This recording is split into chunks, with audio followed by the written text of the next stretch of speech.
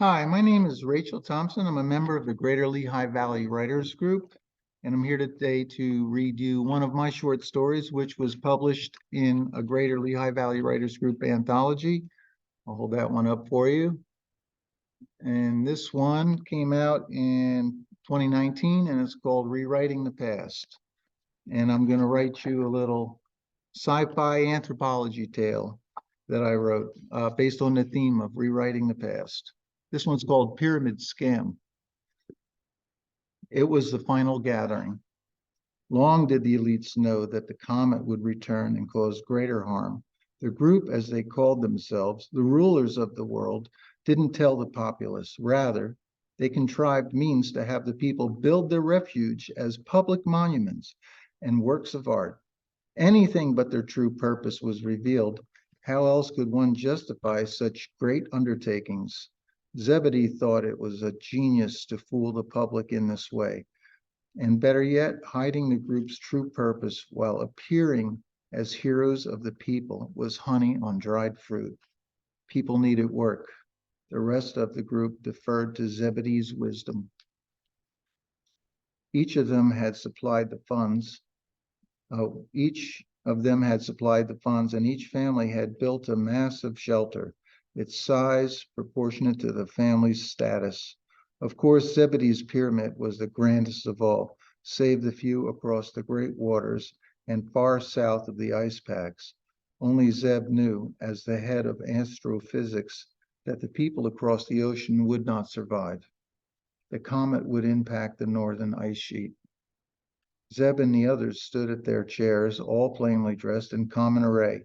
It wasn't safe to go about as wealthy citizens. The people had recently learned of the impact and were roused.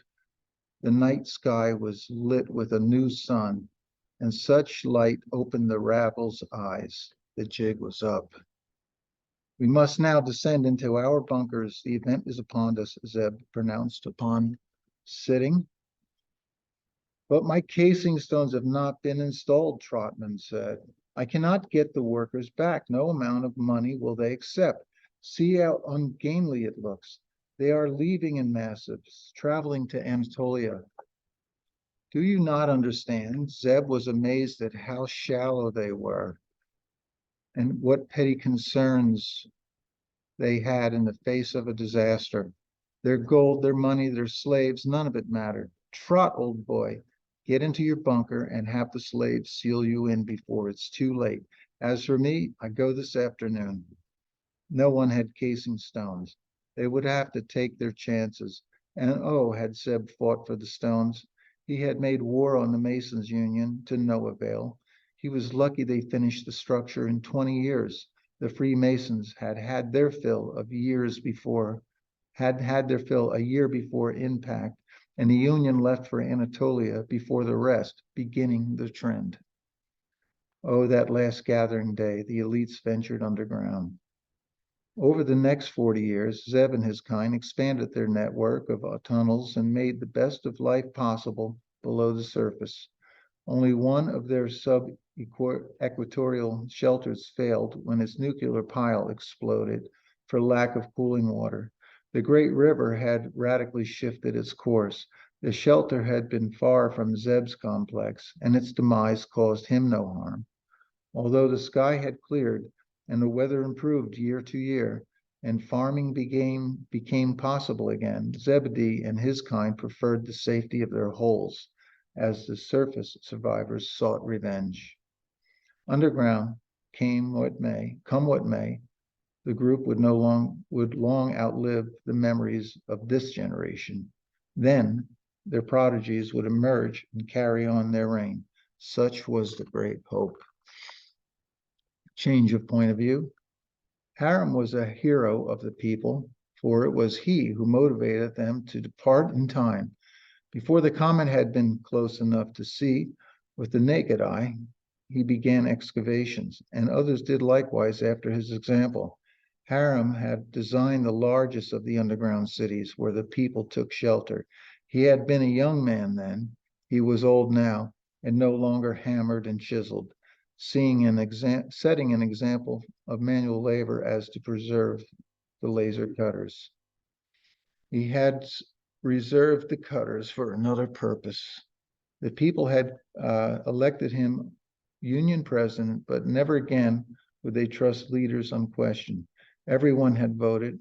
It was then decided that scouts should go back and see what they could. The pyramids and much else. Let me change page. Still stood. The scouts reported, so the effort was made. A force of masons ventured into the ruined world. Hiram eyed Zebedee's monument. Smoke wafted out of his pyramid along with the others. There was no sign of the residents, only smoking vents everywhere in the landscape. Zachary, the new foreman, asked how to pay them what they deserve. This plateau is a honeycomb. We cannot fight them in the tunnels. It would be suicide. He pointed at a laser cutter. We can't waste this equipment. Hiram scratched his beard. If we use every power pack, we could not cut away enough stone to get them out. True enough. The structures, as I recall, are riddled with hidden chambers. It will take years to find them all. And with so many escape tunnels, too. So why bother digging? I say leave them where they are. Zachary was flummoxed. How will we take revenge? The group had abandoned them to die. The people demanded justice. So many more would have lived if the priest scientists had given advance warning. How do we repay them? We fulfill our contract. Are we not honorable men? We are. We were paid in advance for the casing stones. So let us encase the pyramids, thereby remake their sanctuaries into tombs. Yes, we have cutters enough, Zachary agreed. And should we use softer stone? Limestone, yes. Our power will last the job. And infilling with a sticky lime slurry will plug any gap. That is why you were elected foreman. A Freemason must think logically. Do you think they will all perish? Zachary asked. They are devious. Some may wiggle out like worms on their belly, yet their power is crushed. Hiram paused and looked up at the great monument he himself worked on so long ago. We must be forever vigilant, but I trust this ends them for good. 12,000 years later, Ned and Mark were arguing as usual at the tourist bar in Cairo, and Ned was getting tired of it. Both Americans were on the German dig team, but Ned was old school and Mark was young and a recent doctorate under his belt. The young man clearly didn't understand the reality of archaeology's situation. It doesn't add up, Mark was saying. Why build a pyramid tomb? Fine, the king's chamber has a stone box, but how can you say it's a coffin with no supporting evidence? There's nothing on the walls. All the tombs of Egypt we've seen were decorated, had grave goods, texts, but nothing in the king's chamber and queen's chamber. It's not even close. Occam's razor, Ned replied. Why is it the oldest structures were more sophisticated? Mark went on, ignoring Ned. I'm telling you, the evidence points to an older, more advanced civilization. What about the precision, the perfectly drilled holes? How'd that happen? The Egyptians didn't even have the wheel. Christ, Ned, can't you see? Ned took a big pull off his drink and snubbed out his cigarette. Look, kid, I've seen all kinds of anomalies in my 20 years of field work. Some stuff's way out there, I'll grant you that. But here's the thing. If you want that research money, the university job, the grants, the book deals, you don't put that stuff out there. You don't want to be the next tinfoil hat buffoon or worse. Look what they did to Lester. But what about the truth? I'll tell you what's true. You play along to get along. Ned put his finger to his head like it was a gun and dropped his thumb like a hammer. The money men don't want people to know. That's all you need to know. What are they hiding? Damn it, Ned. Why do you always have to talk in riddles? A flash memory came into Ned's mind, a thing he would never share with anyone. He had been about Mark's age and in Nazca when he located A tunnel. It had been a huge discovery since nobody had known there were any tunnels there. It could have made his career.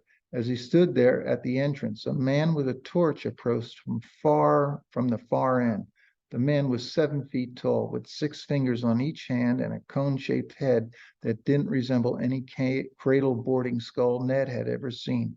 The man's jaw had been massive, but he spoke in a whisper, and he said, "If you value your daughter's life, you will leave and never return." With that, the monster had simply turned and walked back down the tunnel. Ned ran like hell and never looked back. "Come on, Ned, what gives?" Ned signals for another drink and pushed back his fedora.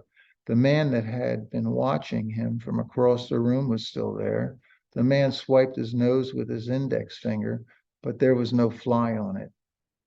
Ned didn't pull his money. Let the kid pay. Education wasn't cheap. "In this world, there are men in the shadows pulling strings," Ned said.